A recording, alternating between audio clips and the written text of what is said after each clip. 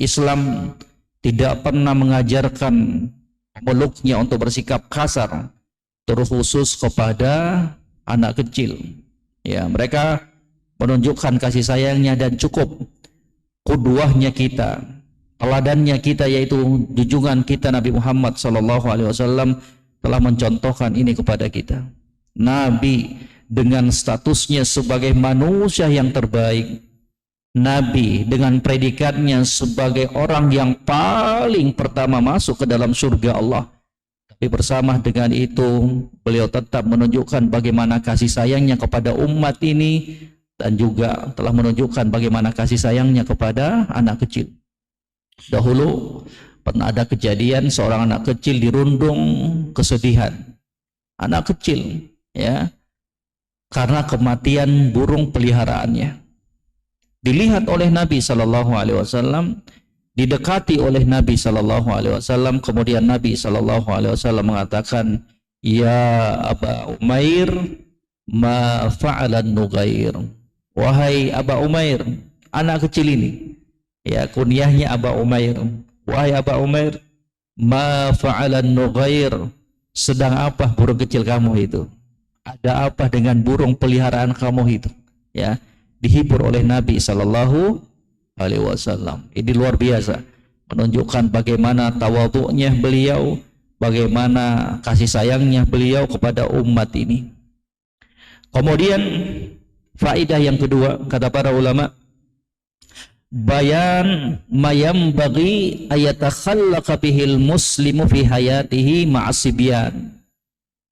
Di dalam athar Anas bin Malik ini, demikian pula dari hadis-hadis yang lainnya yang telah kita bacakan di depan, yang diriwayatkan oleh Imam Ahmad, bagaimana Nabi SAW mengusap kepala Qurrah kemudian mendoakannya. Demikian pula kepada bapaknya Iyas, ya, beliau mendoakan kebaikan. Pun kata para ulama, di dalam kesemua dari hadis-hadis tersebut terdapat apa? Bayanun mayam bagi ayatakhallaqa bihil muslim fi hayatihi ma'asibyan. Terdapat keterangan bagaimana seharusnya seorang muslim berakhlak dan berperilaku terhadap anak kecil. Ya, jadi anak kecil itu butuh kasih sayang kita, terkhusus anaknya kita. Ya, terkhusus anaknya kita. Ya, jadi mereka itu yang namanya anak kecil. Ya, bukan seperti orang dewasa. Ya, mereka butuh kasih sayang, mereka butuh tuntunan, mereka butuh untuk merasakan kehangatan kita selaku orang tua.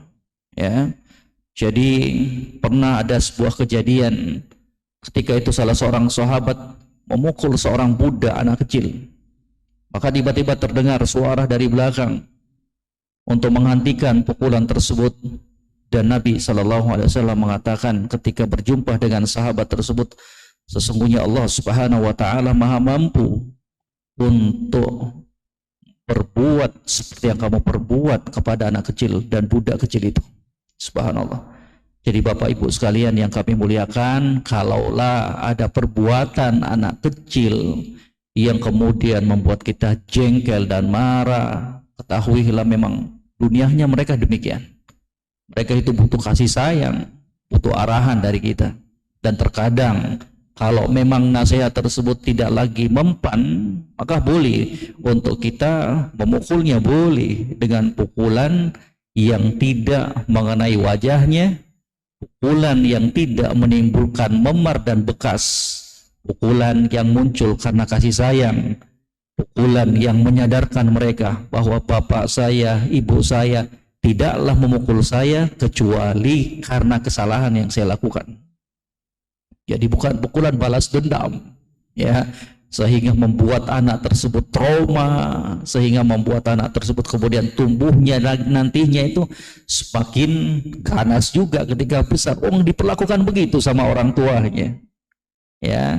Jadi demikianlah, ya, kita selaku seorang muslim, terkhusus orang tua, menghadapi sibyan, anak kecil.